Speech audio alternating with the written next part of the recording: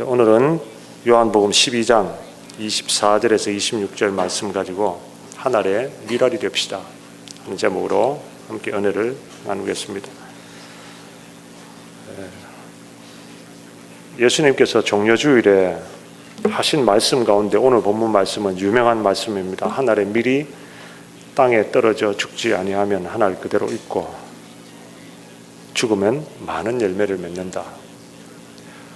하늘의 밀이 떨어져서 많은 열매를 맺는 예를 많이 들 수 있습니다만 그 중에 한 가지 예만 제가 한번 보여드리려고 합니다. 영상을 한번 보겠습니다. 1863년 중국 선교사로 파송받아 상하이에 도착한 토마스. 그러나 임신 중이었던 아내는 얼마 뒤 유산을 한 후 세상을 떠났습니다. 그 후 2년 뒤 말할 수 없는 슬픔과 상실감을 딛고 26살의 젊은 나이에 예수를 전하면 참수를 당한다는 위험과 고통의 땅 조선으로 향했습니다.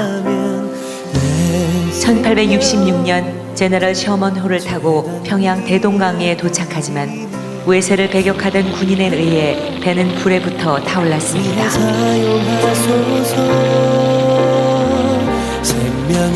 다급해진 토마스는 뱃머리로 올라가 성경을 뿌리기 시작했습니다.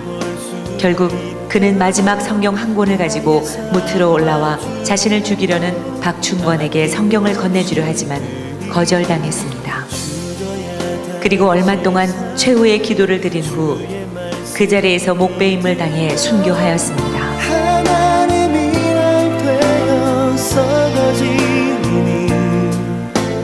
토마스는 순교하기 전 12살의 최치량에게 성경 3권을 주었습니다. 그러나 겁이 난 최치량은 이것을 평양 영무주사 박영식에게 건네주었고 박영식은 이 성경 3권을 가져가 자기 집에 도배를 하였습니다. 훗날 최치량은 박영식의 집을 구입해 여관으로 사용하였는데 선교사 마텟과 그램함 리가 복음을 전하기 위해 평양에 찾아와 최치량의 여관에 머물렀습니다. 얼마 후 최치량은 마텟으로부터 세례를 받게 되고 성경을 찢어 도배하던 박영식도 감동을 받아 예수를 믿게 되었습니다. 결국 그의 집이 예배 처소로 쓰이게 되었는데 이것이 바로 평양 최초의 교회인 널다리골 교회입니다. 토마스를 죽인 박충권은 널다리골 교회의 종소리를 들을 때마다 괴로움을 견딜 수 없어 마텟을 찾아 참여를 하고 예수를 믿고 영주교회의 영수가 되어 평양 땅 부흥에 헌신하였습니다. 널다리골 교회는 성장하여 장대제 교회가 되고 이후 그 터 위에 더욱 큰 교회를 지었는데 그것이 바로 1907년 놀라운 평양 대부흥운동이 일어난 장대현 교회입니다. 1866년 대동강에서 순교한 한국 최초의 개신교 순교자 로버트 토마스. 복음을 알지 못하는 조선인들을 향해 뜨거운 사랑과 열정을 가졌던 사람. 죽음을 두려워하지 않고 담대히 예수를 전했던 사람. 하나님께서 결코 자신의 죽음을 헛되이 하지 않을 것임을 믿고 기쁨으로 순교한 사람. 그야말로 진정한 예수의 사람, 진실한 크리스천이었습니다. 네, 됐습니다. 오늘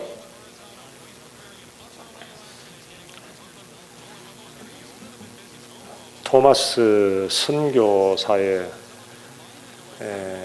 죽음이 사실은 오늘날 한국 교회의 부흥의 밑거름이 된 겁니다. 토마스 선교사의 그 하늘의 미랄이 없었다면 오늘날 저와 여러분도 이 자리에 앉아 있을 수 없었을 것이라는 말입니다. 오늘 예수님께서 말씀하신 하늘의 미랄이 땅에 떨어져 죽으면 많은 열매를 맺는다는 것을 단편적으로 보여주는 예입니다. 이것 외에도 예를 들려면 수도 없이 많습니다. 그러나 오늘 본문에서 하늘의 미랄이 땅에 떨어져 죽어서 많은 열매를 맺는다는 이 말씀은 예수님 당신 자신을 향해서 하신 말씀입니다. 예수님이 십자가를 지시기 전에 제자들에게 이 말씀을 하셨는데 이 말씀은 예수님 당신이 하늘의 미랄이 되어서 죽어서 모든 인류를 구원하시겠다고 하는 많은 열매를 맺으시겠다고 하는 그 말씀입니다. 근데 예수님은 그 말씀에 그치지 않으시고 이어서 우리를 향해서 이렇게 말씀하셨습니다. 26절을 보겠습니다. 본문 26절을 보면 사람이 나를 섬기려면 나를 따르라. 나 있는 곳에 나를 섬기는 자도 거기 있으리니 사람이 나를 섬기면 내 아버지께서 저를 귀히 여기시리라 말씀하셨는데, 예수님을 따르는 사람이라면 예수님이 계신 곳에 같이 있어야 된다 이 말씀이죠. 그러면 예수님이 계신 곳이 어디입니까? 예수님은 하늘의 미랄이 되어서 죽으시는 장소에 있었습니다. 그래서 오늘도 예수를 믿는 사람들은, 저와 여러분들은 어디에 있어야 되느냐 하면 하늘의 미랄이 되는 장소에 있어야 됩니다. 오늘 이 하늘의 미랄이라고 하는 그 의미가 무엇인지를 제가 세 가지를 말씀드리려고 합니다. 특별히 3대가 함께 예배하기 때문에, 우리 아이들도 함께 있기 때문에 간단하게 말씀을 드리겠습니다. 먼저 첫 번째는 하늘의 미랄이 된다는 것은 희생한다는 의미입니다. 하늘의 미랄이 되어 땅에 떨어져 죽는다는 거죠. 죽음입니다.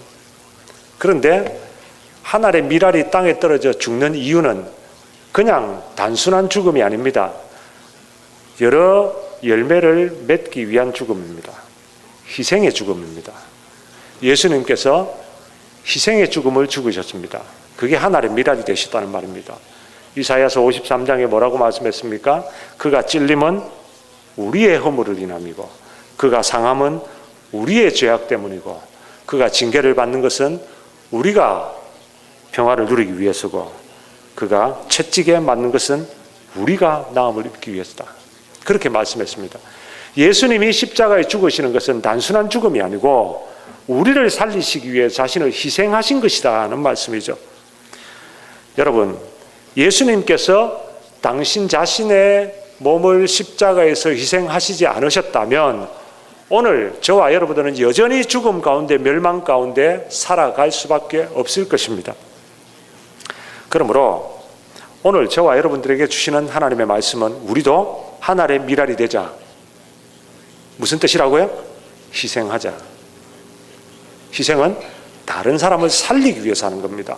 다른 사람들을 섬기기 위해서, 다른 사람들을 세우기 위해서, 다른 사람들을 더 좋게 하기 위해서 나 자신을 희생하는 겁니다. 사람들은 그렇게 하기 싫어하죠. 근데 여러분, 이 희생이 없이는 오늘날 이 사회가 지탱되지 않습니다. 여러분, 하나님께서 이 땅을, 역사를 이루어 가실 때는 이 희생을 기본으로 하셨습니다. 가장 간단한 예를 들면 여러분들의 삶은 여러분들의 부모님의 희생으로 세워졌습니다. 부모님이 희생하지 않으면 자녀는 세워질 수가 없습니다. 가장 간단한 단순한 원리입니다. 이 원리를 적용하면 교회도 마찬가지입니다. 뉴저지 제일한인교회가 오늘 저와 여러분들이 이렇게 앉아서 하나님 앞에 영광스러운 예배, 은혜스러운 예배를 드릴 수 있는 이유는 우리의 믿음의 선조들이 희생했기 때문입니다. 하늘의 미랄로 당신 자신이 우리를 위해서 희생하셨기 때문에 저와 여러분들이 오늘 이 자리에 앉아서 편안하게 은혜스럽게 예배를 드릴 수 있는 겁니다. 교회뿐이겠습니까? 사회도 마찬가지고 국가도 마찬가지입니다. 여러분, 올해가 1919년 상하이 임시정부가 수립된 지 100주년이 되는 해입니다. 한국이라고 하는 나라, 대한민국이라고 하는 나라, 여기 앉아있는 우리 아이들이 아마 미국에서 태어나서 잘 모르겠지만 부모님들의 뿌리는 한국입니다. 한국이라고 하는 나라가 지금도 전 세계적으로 자랑스럽습니다. 여러분 좋아하는 BTS가 자랑스러운 이유가 대한민국 사람들이기 때문입니다. 이 한국이란 나라가 없다면 여러분, 지금 저와 여러분들은 이 자리에 있을 수가 없어요. 요즘 우리 대한민국 정부가 수립된 지 100주년, 임시정부가 수립된 지 100주년이 되는 해인데요. 100년 만에 무슨 경제발전 무슨 이런 건 자체하고서라도 여러분, 전 세계에서 비자 없이 제일 많은 나라들을 갈 수 있는 국가가 어느 국가인 줄 압니까? 대한민국입니다. 여러분 그거 아셨어요? 미국보다도 대한민국 여권을 가지고 있으면 전 세계에 비자 없이 다닐 수 있습니다. 미국은 비자 없이 못 가는 나라들이 많이 있어요. 그런데 미국 여권보다 대한민국 여권을 들고 가면 전 세계에서 다 환영받습니다.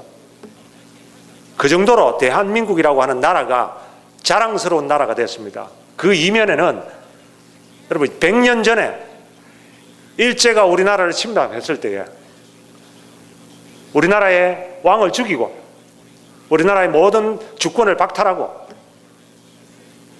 그때 백성들이 만세운동을 일으키고 우리도 정부를 수립해야 되겠다고 깨어있는 의식 있는 우리의 조상들이 상하이로 가서 임시정부를 세웠습니다. 일제가 탄압을 합니다.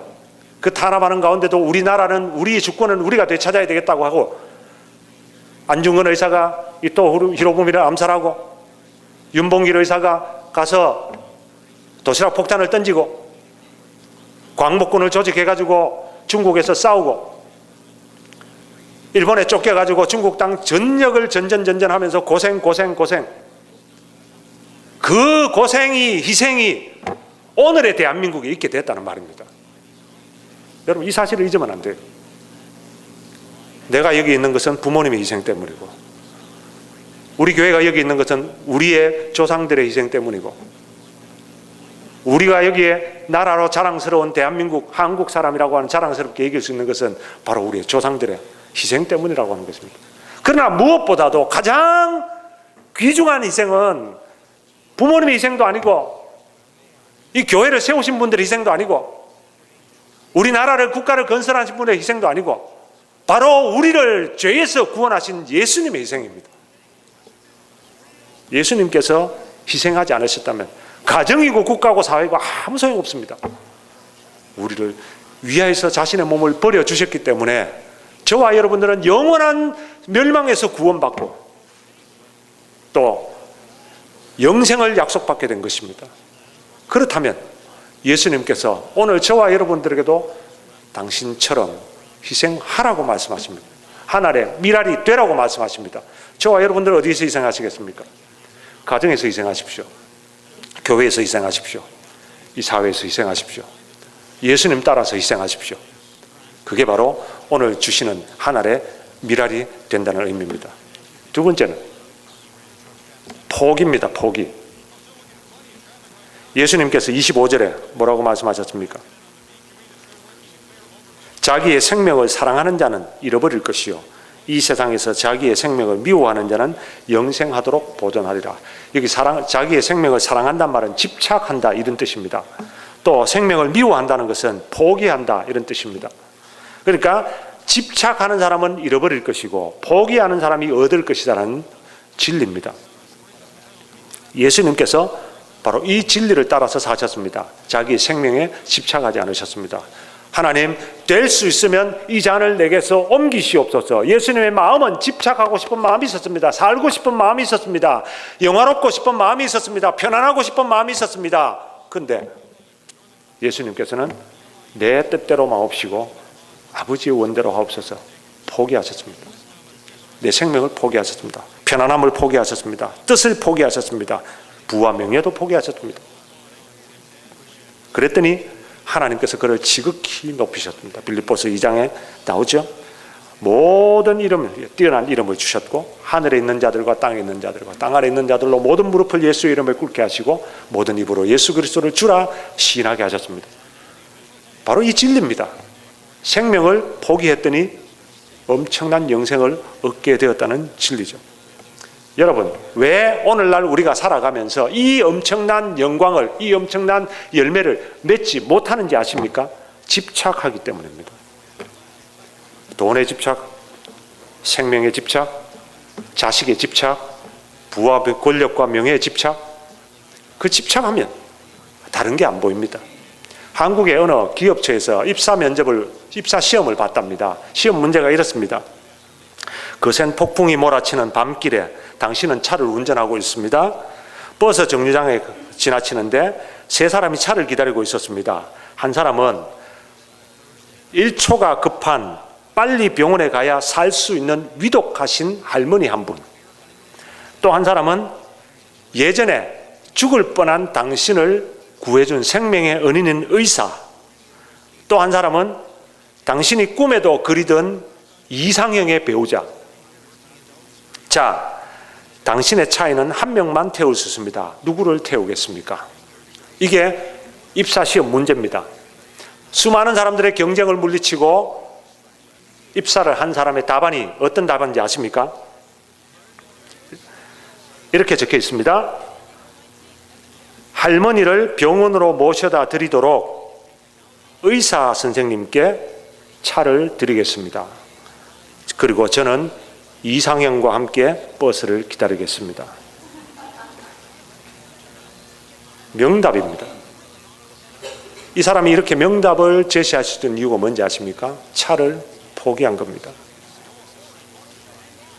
다른 사람들 다 차에 어떻게 한 명만 태운다, 내 차에 한 명만 태운다, 내가 태우고 간다, 여기에 생각이 몰두했으니까 안 보이는 겁니다. 마찬가지입니다. 우리도 이 세상을 살아갈 때 집착하면 안 보입니다. 예수님께서는 포기하셨으니까 다 얻으셨습니다. 여러분, 포기하십시오. 예수님을 닮아서 여러분이 집착하는 것을 포기하십시오. 돈에 대한 집착, 권력이나 명예에 대한 집착, 사람에 대한 집착, 자식에 대한 집착, 그 집착이 무엇든지 간에 여러분들이 집착하면 결국에는 다 잃게 될 것입니다. 그러나 여러분들이 포기하면 다 얻게 될 줄 믿습니다. 예수님을 본받아서 하늘의 미랄이 된다는 것은 포기한다는 것을 의미합니다. 마지막 세 번째는요, 섬긴다는 것을 말합니다. 26절 말씀 보겠습니다. 사람이 나를 섬기려면 나를 따르라. 나 있는 곳에 나를 섬기는 자도 거기 있으리니 사람이 나를 섬기면 내 아버지께서 저를 귀히 여기시리라. 여기서 예수님께서 이 섬김을 말씀을 하셨습니다. 물론 예수님을 섬기는 것을 얘기했는데 여기 섬김은 사실은 예수님께서 말씀하신 서로가 서로를 섬기는 것을 얘기합니다. 한 알의 밀이 땅에 떨어져 흙 속에 들어가면요, 자기 자신이 썩어서 자기 자신이 거름이 되어야 새 생명이 탄생합니다. 내가 섬겨야 새 생명이 태어난다는 거죠.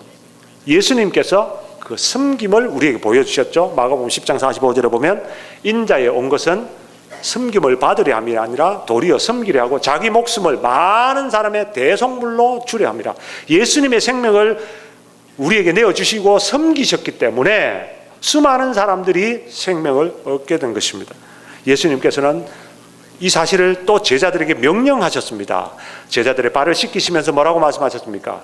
선생인 내가 너희들의 발을 씻겼으니 너희도 서로 섬기는 것이 마땅하다.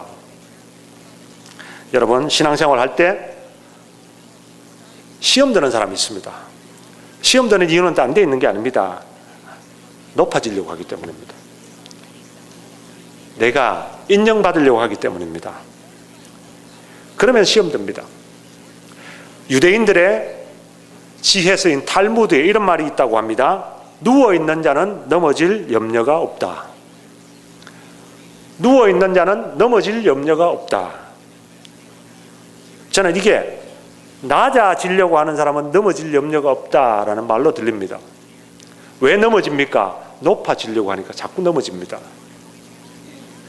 바닥까지 내려간 사람들 더 이상 내려갈 곳도 없습니다. 여러분, 우리 예수님께서 바닥까지 내려가셨습니다. 저 높고 높은 보좌를 버리시고 바닥까지 내려가시면서 우리를 섬기셨습니다. 우리 예수님께서는 이제는 다시 높아지시는 일만 남으신 거죠. 여러분, 예수님께서 하늘의 미랄이 되라고 하는 의미는 바로 이처럼 섬기라고 하는 의미인 줄 믿습니다. 저와 여러분들이 섬기는 분들 되기를 바랍니다. 가정에서 여러분 자신을 희생하고 섬기십시오. 교회에서 여러분 자신을 희생하고 섬기십시오. 사회에서 여러분 자신을 희생하고 섬기십시오. 그게 하늘의 미랄이 되는 것입니다. 오늘 예수님께서는 당신이 이렇게 사셨고 십자가를 앞에 두고 우리들에게 하늘의 미랄이 되라고 말씀하셨습니다. 그 미랄의 의미는 우리도 예수님처럼 희생하는 겁니다. 예수님처럼 집착하지 않고 포기하는 겁니다. 예수님처럼 높아지지 않고 낮아져서 섬기는 것입니다. 오늘 저와 여러분들이 이처럼 예수님처럼 희생하고 포기하고 섬긴다면 우리 하나님이 우리를 귀하게 여기신다고 했고 수많은 사람들이 우리 때문에 열매를 맺게 될 것입니다. 혼자만 편안하게 신앙생활하지 마시고 어떻게든지 여러분 자신을 희생하시고 여러분 자신을 포기하시고 다른 사람을 위해서 섬기십시오. 그래서 하나님께서 여러분들을 귀하게 여기시고 많은 열매를 맺게 하는 그런 축복이 있기를 주의 이름으로 축원합니다. 찬송가